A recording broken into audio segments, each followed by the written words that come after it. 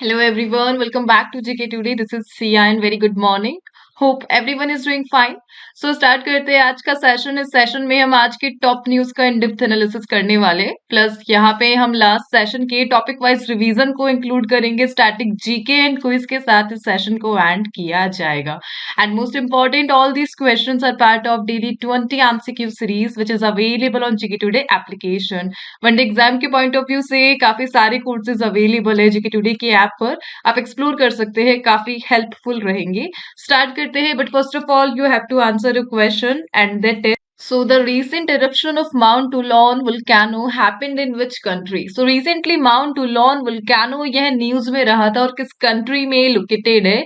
यह इसलिए भी न्यूज में रहा था बिकॉज इंडिया ने यहाँ पे $1 मिलियन की एड प्रोवाइड की थी। So you have to answer the country in the comment box. Start करते हैं आज का पहला question and that is Zemo tunnel which was seen in the news is located in which state or UT? So recently Zemo tunnel का inauguration complete हुआ था, किस UT में हुआ था? Answer is option number T, Jammu and Kashmir में recently जी मो tunnel का इनोग्रेशन किया गया by the PM Modi. That's why ये क्वेश्चन न्यूज में रहा। बेसिकली ये जो टनल है कश्मीर को लद्दाख से कनेक्ट करती है और जिसकी एग्जैक्ट लोकेशन है श्रीनगर लेह हाईवे पर लोकेटेड है द जी मोड टनल। इसकी जो टोटल लेंथ है 6.5 किलोमीटर is the total length of Z Morh tunnel और एग्जैक्टली गगनगीर एंड सोनामर्ग के बिटवीन लोकेटेड है the Z Morh tunnel. Basically ये दोनों जगह जम्मू कश्मीर के विलेज एरिया है।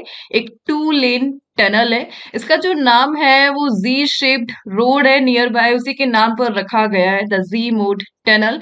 और high altitude and winter avalanche में ट्रैफिक से कॉम्पीट करने के लिए, रेनफॉल से कॉम्पीट करने के लिए, जो ट्रैफिक हो जाता है उसे मैनेज करने के लिए इस टनल को कंस्ट्रक्ट किया गया है। और किसने इसे कंस्ट्रक्ट करा है?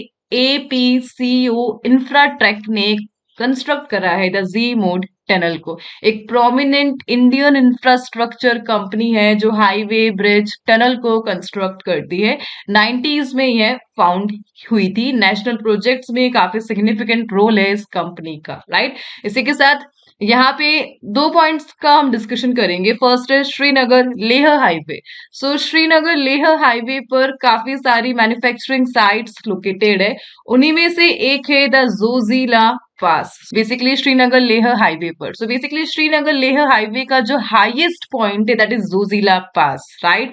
एंड इसी के साथ second is Jammu and Kashmir.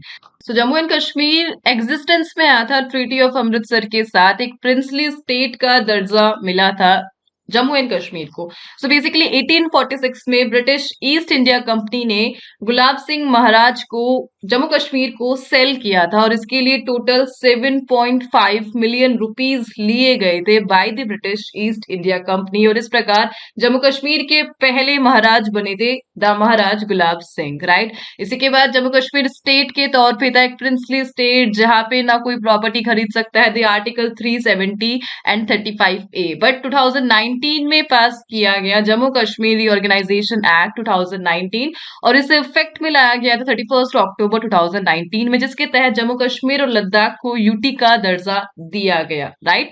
And इसी के साथ जो जम्मू कश्मीर की कैपिटल है, 2 कैपिटल है जम्मू कश्मीर की, मई से अक्टूबर तक Srinagar is the capital and नवंबर से अप्रैल तक Jammu is the capital. So summer capital and winter capital है, राइट।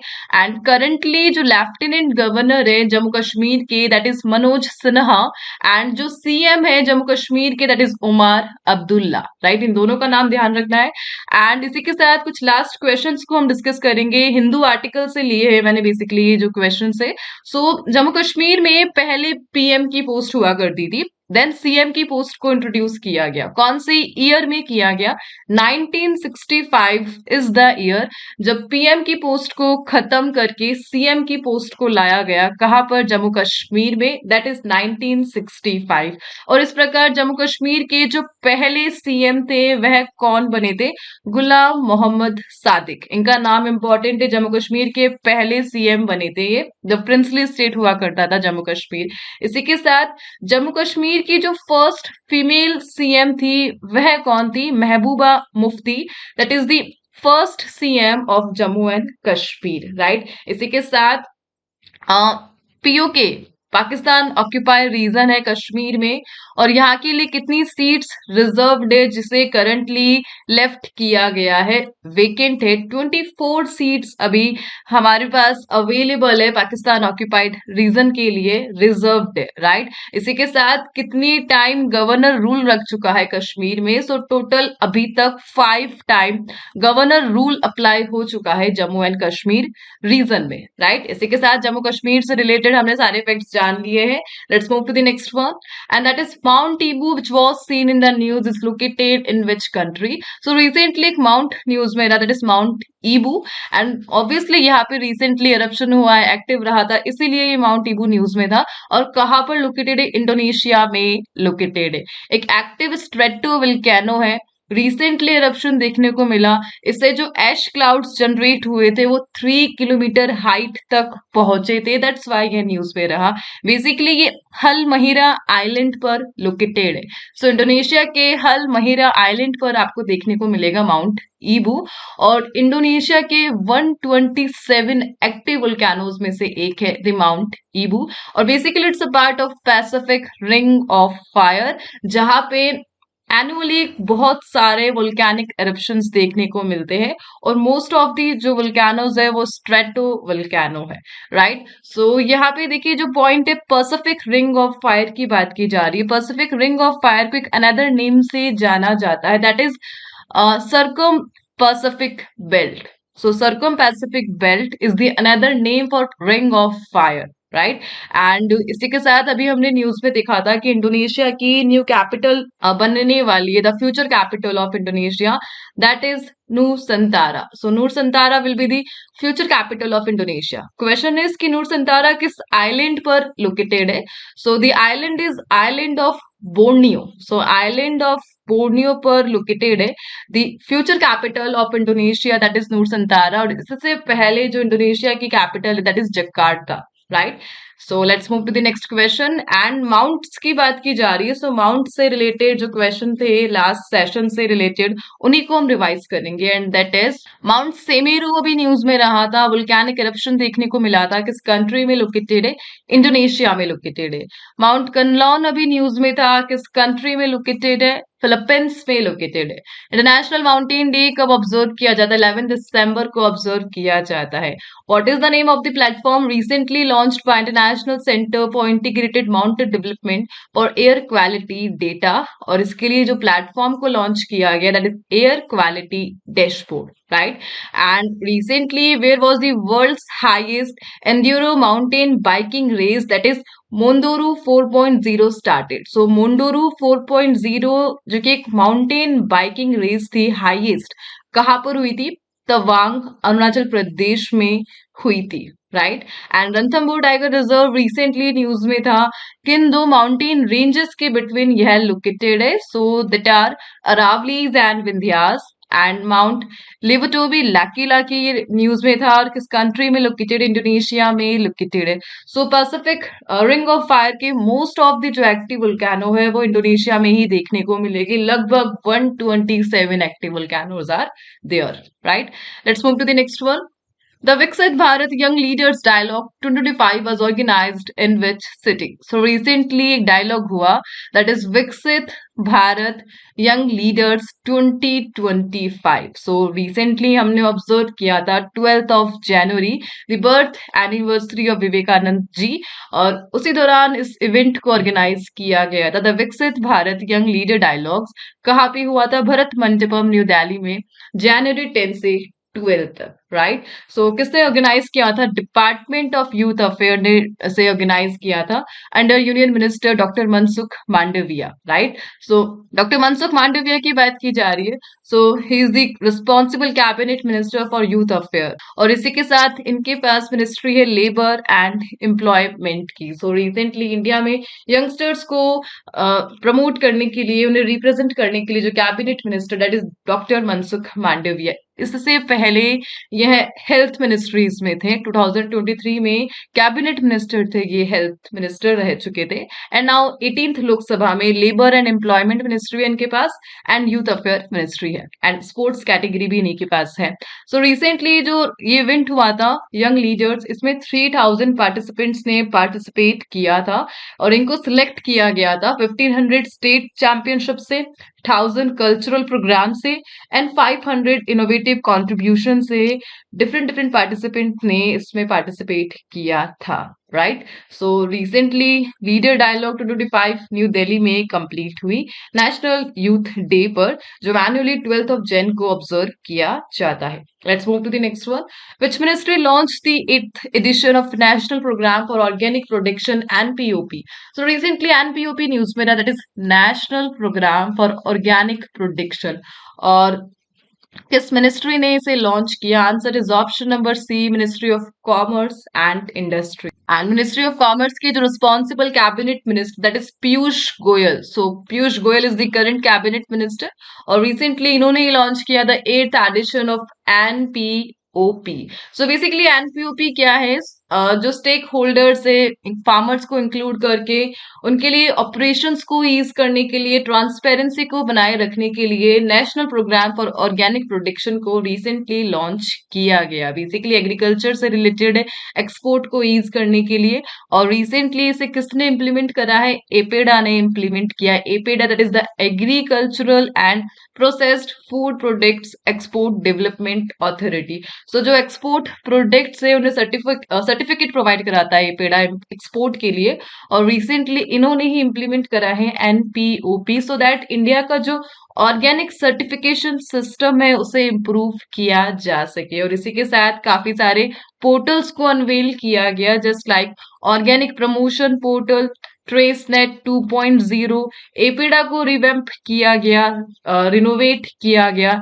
एग्री एक्सचेंज को एक पोर्टल है जिसे रिवैम्प किया गया था इसी दौरान, the 8th edition of national program for organic production. Basically NPOP को फर्स्ट टाइम 2001 में इंप्लीमेंट किया गया था, और इसी के साथ एपेडा, इसे कब एस्टेब्लिश किया गया था? 1986 में। काफी पुरानी बॉडी है, जनरली एग्रीकल्चर के एक्सपोर्ट को देखती है और फूड्स के प्रोसीजर को देखती है APEDA, right. Let's move to the next one. So recently जो कॉन्फ्रेंस एंड मीटिंग्स हुई है उसी से रिलेटेड अनदर क्वेश्चंस को हम रिवाइज करेंगे। So where was the first phase of army commanders conference 2024 organized, और ये कहाँ पे हुआ था? गंगटोक में हुआ था। वर्ल्ड हेल्थ असेंबली की थीम क्या रही थी? All for health, health for all, यह थीम रही थी। And where was the Asia Pacific Economic Summit 2024 held, ये कहाँ पे हुआ था? लीमा, पेरू में हुआ था। 52nd कॉन्फ्रेंस ऑफ गवर्नर्स, यह कहाँ पर हुई थी? न्यू दिल्ली में हुई थी। रिसेंटली 64th एडिशन कंप्लीट हुआ इंटरनेशनल शुगर ऑर्गेनाइजेशन काउंसिल का, कहाँ पे हुआ था? न्यू दिल्ली, इंडिया में हुआ था। एंड किस कंट्री ने होस्ट किया था? Sustainable finance for tiger landscape conference, और इसे होस्ट किया था भूटान ने। And 19th G20 leader summit, ये कहाँ पे हुई थी? Brazil is the host country, Rio de Janeiro में कंप्लीट हुआ था, राइट।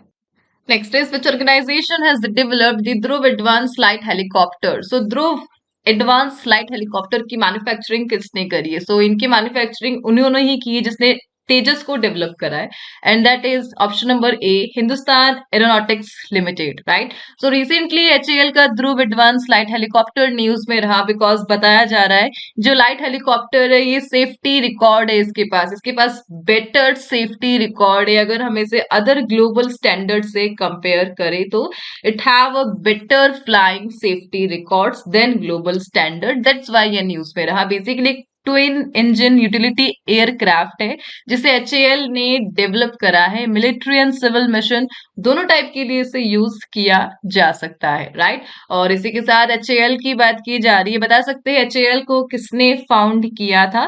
सो वालचंद हीराचंद दोषी ने 1940 में एचएएल को फाउंड किया था, that is Hindustan aeronautics limited. Second वो क्वेश्चन इज कि एचएएल का नेशनलाइजेशन कब हुआ था? बता सकते हैं। सो कंपनी को नेशनलाइज किया गया था 1942 में, जब क्या चल रहा था, वर्ल्ड वॉर सेकंड चल रहा था। एंड उसके बाद एरोनॉटिक्स इंडिया लिमिटेड के साथ इसे मर्ज कर दिया गया था 1964 में। And now present day HAL, right. So basically एक एरोस्पेस डिफेंस कंपनी है HAL, गवर्नमेंट ऑफ इंडिया के अंडर आती है। और इसी के साथ बता सकते हैं HAL ने जो अपना पहला इंडिजिनस फाइटर एयरक्राफ्ट मैन्युफैक्चर किया था वह कौन सा है? So that is HF-24 Marut fighter bomber, right. So HF-24 Marut fighter bomber अपने आप में इंपॉर्टेंट है बिकॉज HAL का फर्स्ट इंडिजिनस फाइटर एयरक्राफ्ट है that is made in India. इसके बाद HAL ने अपना सेकंड फाइटर एयरक्राफ्ट मैन्युफैक्चर किया था that is Tejas, right. Let's move to the next one. So यहाँ पे डिफेंस से रिलेटेड कुछ क्वेश्चंस को हम डिस्कस करेंगे and that is Tejas light combat aircraft किस ऑर्गेनाइजेशन ने डेवलप करा? आप सभी के पास आंसर है that is DRDO। Actually DRDO ने नहीं करा है, HAL ने इसे डेवलप करा है। DRDO एक हेल्पिंग पार्टनर रहा था। And Dustlik joint military exercise किन दो कंट्रीज के बिटवीन की गई थी? India and Uzbekistan. Defence minister of India that is Rajnath Singh, उन्होंने इनॉग्रेट किया इंडिया डिफेंस एविएशन एक्सपोजिशन किस सिटी में? जोधपुर में। And long range glide bomb Gaurav, इसे किसने डेवलप करा है? DRDO ने डेवलप करा है।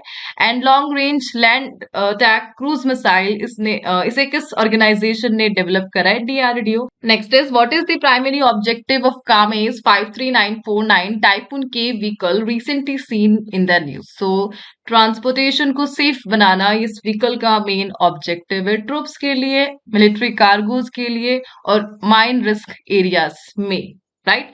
And next is which Indian naval ship recently arrived at the port of Colombo for a 3-day maiden visit to Sri Lanka, and that is INS Mumbai. So recently INS Mumbai arrive हुई थी श्रीलंका में and 3-day maiden visit के दौरान।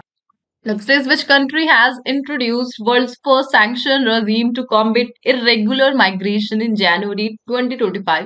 So January 2025 में world का ऐसा पहला country जिन्होंने वर्ल्ड का फर्स्ट सैंक्शन किया है regime so that irregular migration से combat किया जा सके, and that is United Kingdom UK. So UK ने recently अपना पहला सैंक्शन किया है to fight people smuggling and related financial crimes. So peoples की जो स्मगलिंग की जाती है और जो फाइनेंशियल क्राइम्स है उनसे कॉम्बेट करने के लिए वर्ल्ड का पहला सैंक्शन रजीम को किसने अनाउंस करा है? That is by UK। So basically irregular migration को टारगेट करना प्लस जो क्राइम से फाइनेंस से रिलेटेड उन्हें ऑर्गेनाइज करने के लिए UK का इनिशिएटिव रहा। इसकी हेल्प से जो अथॉरिटीज है वो डायरेक्टली ऐसे इंडिविजुअल्स को टारगेट कर सकती है जो सी को क्रॉस करके दूसरी कंट्री में एंट्री मारते हैं। पीपल्स को यूज किया जाता है स्मगलिंग के लिए, जस्ट लाइक सी क्रॉसिंग बोल सकते हैं, यूरोप में काफी देखी जाती है और उसी के तहत अदर कंट्री में इलीगली एंट्री मारते हैं। सो इस प्रकार स्मगलिंग को कंट्रोल करने के लिए वर्ल्ड का पहला सैंक्शन रजीम ये किसने स्टार्ट करा? UK ने किया, right. Let's move to the next question. Which institute in Himachal Pradesh was recently renamed after former Prime Minister Dr. Manmohan Singh? So recently doctor Manmohan Singh के नाम पर एक इंस्टीट्यूट का नाम रीनेम किया गया हिमाचल प्रदेश में, and that institute is, answer is option number B, Himachal Pradesh institute of public administration. So recently Himachal Pradesh government ने इस रीनेमिंग को अप्रूवल दिया, दैट्स व्हाई ये क्वेश्चन न्यूज में रहा, राइट। एंड डॉक्टर सिंह की कॉन्ट्रीब्यूशंस को ऑनर करने के लिए इस डेवलपमेंट को रिसेंटली किया गया और कैबिनेट ने रिकॉग्नाइज किया the prime minister Manmohan Singh Himachal Pradesh institute of public administration, right. So इस प्रकार एक न्यू नेम को रिकॉग्नाइज किया गया, दैट्स व्हाई ये है न्यूज में। सो यहाँ पे प्राइम मिनिस्टर मनमोहन सिंह की बात की जा रही है, उन्हीं से रिलेटेड कुछ फैक्ट्स को हम डिस्कस करेंगे। सो बेसिकली इंडिया के 13th PM रहे थे डॉक्टर मनमोहन सिंह 2004 से 2014 तक। इनके बाद नरेंद्र मोदी अपॉइंट हुए थे द PM ऑफ इंडिया, और इनसे पहले कौन थे? That is Atal Bihari Vajpayee. सो अटल बिहारी वाजपेयी को सक्सीड करके मनमोहन सिंह बने थे the prime minister of India 2004 में।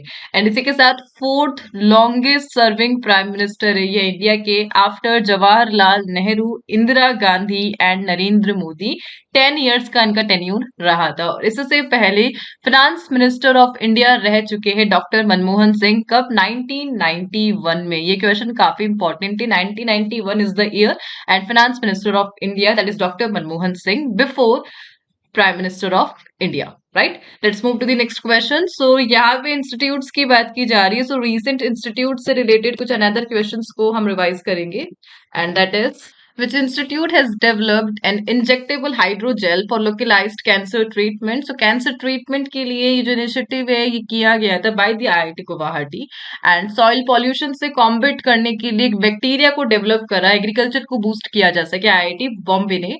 एंड इंडिया का स्पेस स्टार्टअप जिन्होंने अपना पहला ग्रीन प्रोपल्शन सिस्टम को टेस्ट किया था that is Vyom 2U, it is also by IIT Bombay. And tinnitus, so tinnitus को मैनेज करने के लिए एक अफोर्डेबल डिवाइस को डेवलप किया है, किसने किया था? आईआईटी बॉम्बे ने। Which institute has developed needle free shock syringes for painless injections and it is by also IIT Bombay. And which institute has developed a remote compost monitoring solution to enhance sustainable agriculture and reduce urban waste? और ये initiative था triple IT Bangalore का।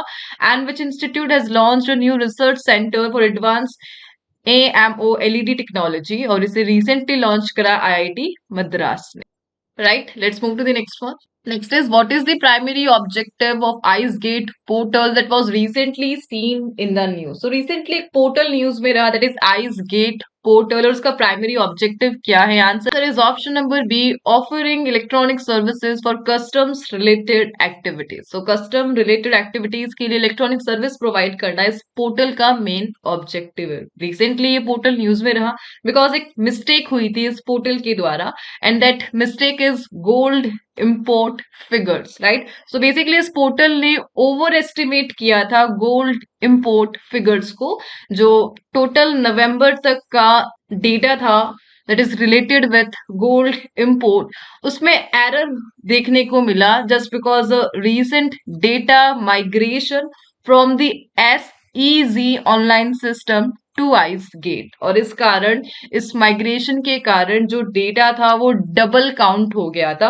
$14.8 billion का gold import data नवंबर तक सामने आया था इस पोर्टल के एरर के कारण, बट रिवाइज करके जो एग्जैक्ट डेटा था गोल्ड इंपोर्ट का that is $9.9 billion, right. So $5 billion का एरर हुआ था इस पोर्टल के कारण, दैट्स वाई यह न्यूज में रहा था। Let's move to the next one. So recent portal से रिलेटेड कुछ अदर क्वेश्चंस को हम रिवाइज करेंगे and that is which ministry launch the revamped BankNet e auction portal और इसे रिसेंटली मिनिस्ट्री ऑफ फाइनेंस ने लॉन्च किया था। गोवर्धन पोर्टल का जो प्राइमरी ऑब्जेक्टिव है to streamline the setup process for biogas and compressed biogas plants in India. So biogas plants को manage करना, it's the primary objective of Govardhan portal. E-Shram portal अभी recently news में था, इसे primarily design किया गया है किस टाइप के workers के लिए? unorganized workers group के लिए। What is the name of the portal developed by the Department of Telecommunication to empower citizens and address fraud communication? That is Sanchar Sathi. And recently farmer friendly portal को introduce किया गया था by the Telangana government and that is Bhumata. And which organisation jointly develop the Amrit Gyan Kosh portal और इसे recently capacity building commission and Karmayogi Bharat ने develop किया।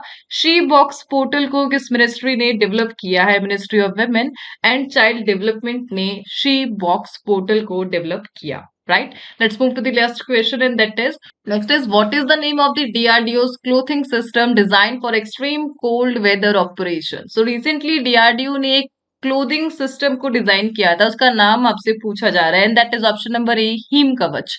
सो clothing system में him कवच बेसिकली एक्सट्रीम कोल्ड वेदर से सॉल्यूशन के लिए, कॉम्बेट करने के लिए इस सिस्टम को डीआरडीओ ने डिजाइन किया है। बेसिकली जो कोल्ड है +20 डिग्री सेल्सियस से -60 डिग्री सेल्सियस तक की कंडीशन को निपटने के लिए इनिशिएटिव को क्रिएट करा है डीआरडीओ ने, दैट इज हिम कवच। और इसके लिए रिसेंटली ट्रायल्स को कंडक्ट कराया गया था और बेसिकली इसे सोल्जर्स के लिए डिजाइन किया गया है, ऐसे सोल्जर्स जो हिमालयन रीजन में सिक्योरिटी प्रोवाइड कर रहे हैं। सो मिलिट्री की क्वालिटी को, उनकी एफिशिएंसी को एनहांस करने के लिए सिस्टम को डेवलप किया गया है। हार्श वेदर में भी ये सिस्टम काम करेगा, एक्सट्रीम कोल्ड में बॉर्डर एरियाज के near by, right. Saw him कवच रिसेंटली डीआरडीओ ने डेवलप किया।